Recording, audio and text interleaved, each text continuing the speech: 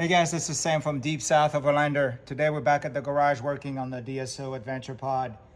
And well, it didn't go as planned. So the previous owner had glued the fenders with liquid nail to the cabin. And when I redid the chassis, the fenders had to be moved and it ripped the PMF. So we have to redo that. Stay tuned.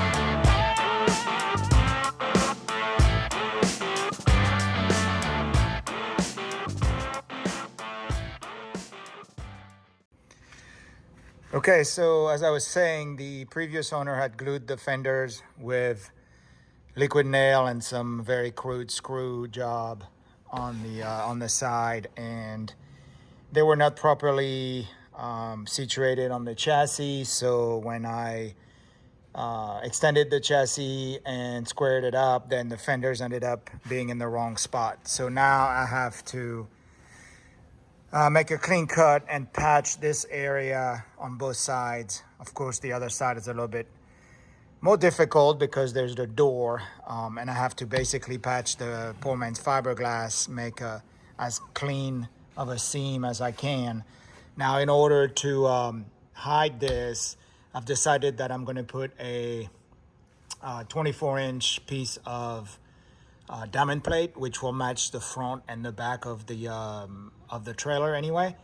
And so I'm going to put a big piece of diamond plate that runs the whole side of the trailer.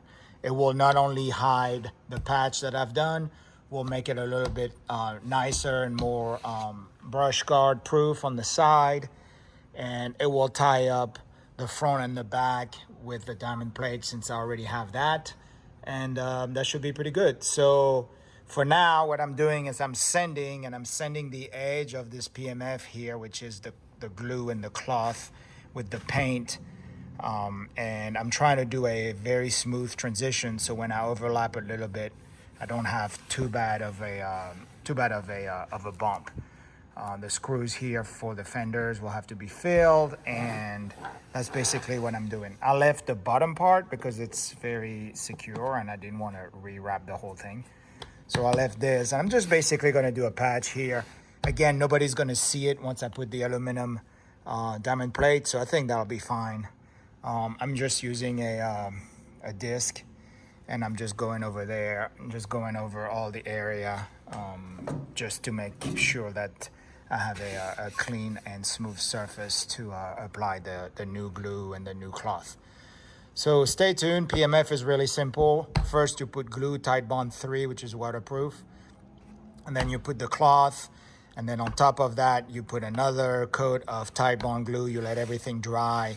And then it's just a matter of applying 2, 3, 4, 5 coats of latex exterior paint. And you're good to go. It's completely waterproof. So there's plenty of videos on that. On the internet, so I'm not gonna bother showing you all of that. Just look up PMF and you'll see how that's done. However, I'll show you when I'm done with this process. Yeah, so it's the patch done. I just finished sanding it, and I'm using a disc sander like this with a pretty aggressive pad, a pretty aggressive wheel. It's fine.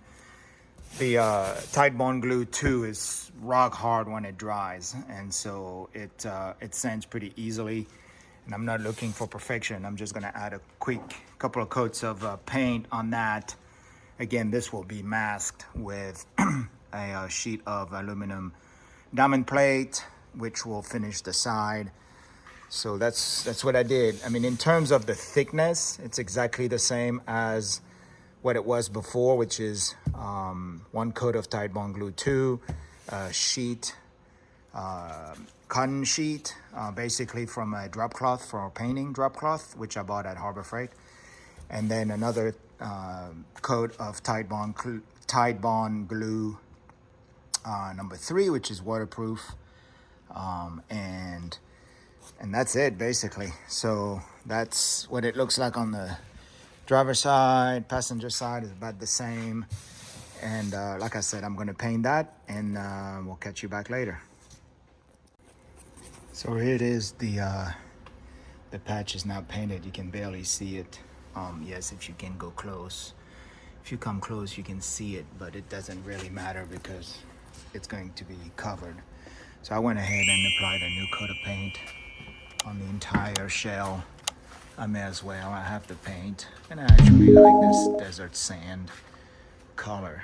So this is how it is. The paint is not completely dry. That's why you see some shadows. This is the passenger side. Again, you can barely see it unless you come close, which is great. And then this is the back side.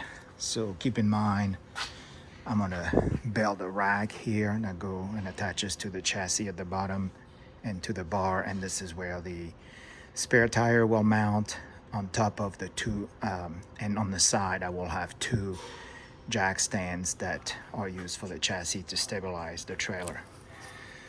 So this is moving forward, and the next time we attach the cabin back onto the chassis. Stay tuned.